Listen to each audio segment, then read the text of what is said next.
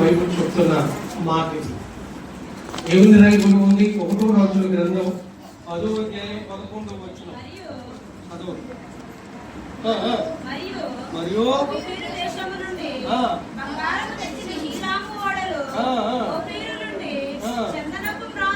గర్వించబడిన మనసు. బాగా వినాలి మాట. మన మనసు ఎలా ఉంది అంటే గర్వించబడిన మనసు. సైన్యాధిపతికి కూడా అదే గర్వం. సైన్యాధిపతిలో అహంకారం ఎక్కువగా ఉంది. సైన్యాధిపతిలో నన్ను మించిన వాడు లేడు అనేది అతనికి ఉన్నటువంటి విషయం. ఆ విషయాన్ని సిరియా చిన్నది గమనించింది. ఆమెకు ఉన్నటువంటి జబ్బును గమనించి ఆ సైన్యాధిపతి యొక్క భార్యతో చెప్పింది, అమ్మా మా దేశంలో ఒక ప్రవక్త ఉన్నాడు, మా దేశంలో ఒక ప్రవక్త ఉన్నాడు, ఆయన దగ్గరికి కానీ యజమానుడు వెళ్ళాడు అంటే ఆడుకున్న రోగం పోతుంది. ఈ ప్రార్థన అందుకు ఈ ప్రార్థన ఎందుకు పెట్టారంటే మనకున్న రోగాలు ఉన్నాయే. ఏ రోగాలు? కానరాని రోగాలు, మనిషికి కనిపించిన రోగాలు, అర్థం కాని రోగాలు, వ్యర్థమైనటువంటి జీవితాలను జీవించబడుతూ ఉన్నటువంటి నామకార్థమైన ప్రార్థన. ఈ ప్రార్థన ఉందే, ఈ అర్థం కాని పరిస్థితుల్లో ఆ చిన్నది చెప్పిన ఇశ్రాయేలు చిన్నది చెప్పిన మాట ఏంటంటే మా దేశంలో గొప్ప ప్రవక్త ఉన్నాడు, ఆయన దగ్గరే కానీ వెళ్ళాడో ఆడుకున్న రోగము ఆడుకున్న అహంకారం అమ్మా వెళ్ళిపోద్ది అని చెప్పింది. ఇప్పుడు ఎమ్మడే ఆమె ఊరుకున్నది ఊరుకోక యజమానుని దగ్గరికి పోయి చెప్పింది, అయ్యా ఈ చిన్నది మనకు ఉన్నటువంటి మన చిన్నది చెప్పింది, వాళ్ళ దేశంలో ఎవరో ఒక పెద్ద ప్రవక్త ఉన్నాడట, ఆ ప్రవక్త దగ్గరికి పోతే నీకున్నటువంటి జబ్బు ఏ జబ్బు ఉంది? గర్వపు జబ్బు. అది ఏ గర్వం? కానరాని గర్వం. అది ఎవరికి కనపడుతుంది? ఆయన భార్యకి, ఆయనకి తప్ప వేరే ఎవరికి తెలియని జబ్బు. అదే గర్వం. ఈ గర్వం మన మనసుకు తప్ప పక్కన ఉన్నవాడు కూడా అర్థం కాదు. అందుకే నేను చెబుతున్న పిల్లరా, నువ్వు ప్రార్థించబడుతున్నావంటే దాన్ని విడిచిపెట్టు. నువ్వు దేవుని మందిరానికి వచ్చావంటే దాన్ని విడిచిపెట్టు. నువ్వు దేవుని సన్నిధిలో కూర్చుంటున్నావంటే దాన్ని విడిచిపెట్టు. అది భయంకరమైన జబ్బు కలిగిన గర్వం. ఆ గర్వాన్ని ఎప్పుడైతే నువ్వు యేసు నామమున పాతి పెడతావో నీ కుటుంబానికి రక్షణ కలిగింది, నీ హృదయానికి రక్షణ కలిగింది, నువ్వు బాగుపడిపోతావు. నువ్వు బాగుపడాలి అంటే ఆ గర్వాన్ని విడిచిపెట్టాలి. చిన్నది చెప్పింది ప్రవక్త దగ్గరికి వెళితే, అయ్యా ఆయనకు ఉన్నటువంటి యజమానుడికి ఉన్న రోగం పోతే అని చెప్పిన మాట ఇది అక్షరాల సత్యం. భార్య పోయి భర్తకు చెబితే భర్త ఊరుకున్నాడా? సైన్యాధిపతిని కనుక ఆ దేశంలో ఇశ్రాయేలీల రాజుకి వర్తమానాన్ని పంపాడు. ఊరుకున్నాడా? మనం ఊరుకుంటామండి. మందిరంలోకి వస్తే పక్కన మనిషితో వ్యవహారం చేయటం, పక్కన మాట్లాడటం, దేవుని సన్నిధిలోకి వచ్చి కూర్చున్నామంటే భయభక్తులతో దేవుని ప్రార్థించాలనే జ్ఞానం లేక ఏం చేస్తాం? వాళ్ళతో వీళ్ళతో ముచ్చట్లు చేస్తాం. చావుకుడు పాడమంటే పాడం, ప్రార్థన చేయమంటే చెయ్యం, దేవుని సన్నిధిలో స్థిరంగా కూర్చోండి అంటే కూర్చోలేము. అటువంటి గర్వం. అయితే ఏం చేశాడో తెలుసా? ఏం చేశాడు? సిరియా దేశపు సైన్యాధిపతి రాజుకు పంపించాడు.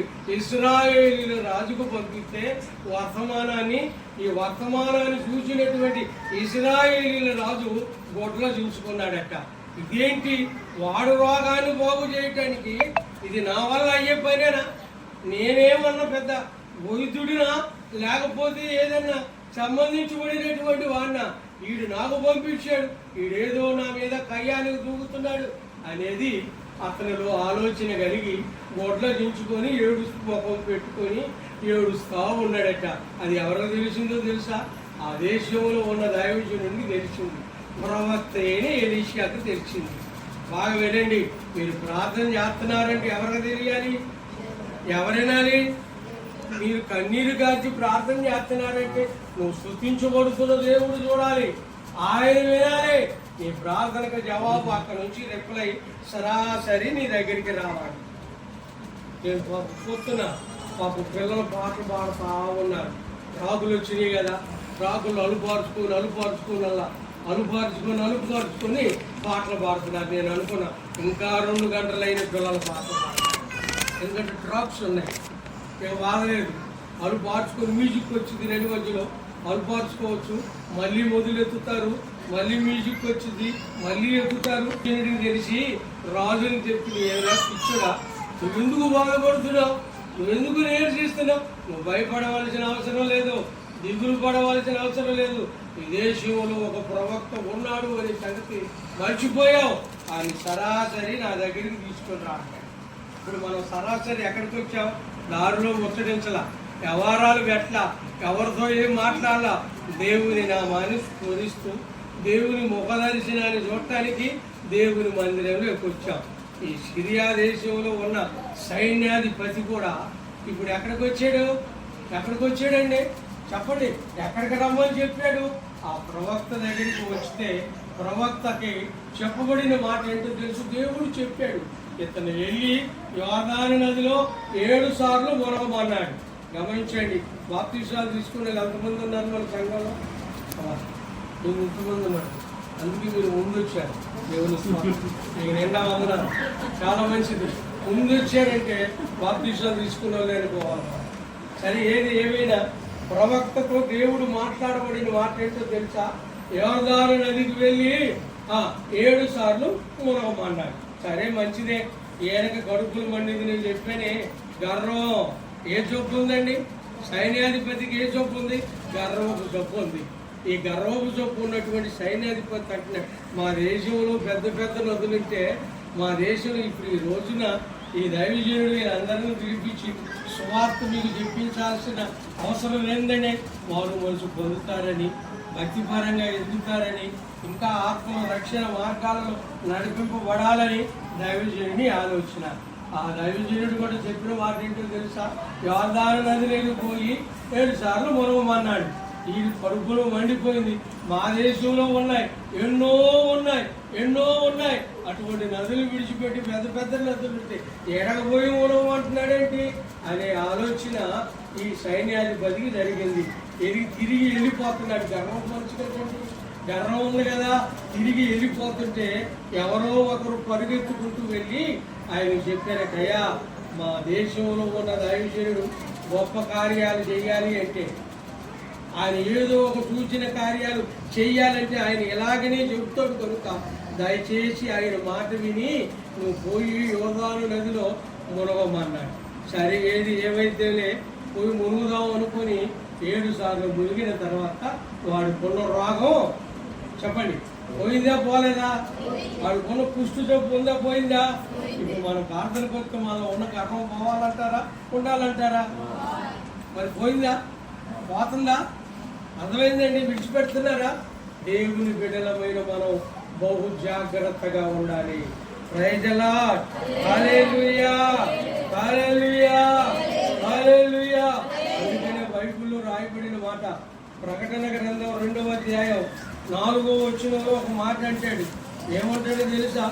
చదవండి. మొదటి ప్రేమ ఏమైందండి? ఏమంటున్నాడు? మొదటి ప్రేమ ఏమైపోయింది చెప్పండి. బాప్తిసం పొందినప్పుడు ఉన్న భక్తి, బాప్తిసం ఉన్నప్పుడు ఉన్నటువంటి శ్రద్ధ, బాప్తిసంలో ఉన్నటువంటి తీసుకున్నప్పుడు తొందరపాటు ఏమైంది? ఇప్పుడు బాగా కూర్చొని మన కాళ్ళు నడుములు నొప్పులు పుడుతున్నా. ఆయనకి ఏమంటే పాస్టర్ గారికి ఆయన పెడతా ఉంటాడు. మనం బాగా కూర్చోవాలంటే కూర్చోవద్దా? మొదట ఉన్న ప్రేమ, మనకున్న ప్రేమ ఏమైందండి? విడిచిపెట్టారా? ఉందా? ఆ ప్రేమ ఉందా? ఏమన్నా భక్తి ఉందా? భయం ఉందా? ఆ శ్రద్ధ ఉందా? గర్వం విడిచిపెట్టారా? లేదు. అందుకనే బైబిల్ కూడా చెప్తుంది. ఏమి చెప్తుందో తెలుసా? మొదట ఉన్న ప్రేమ చదువు. అది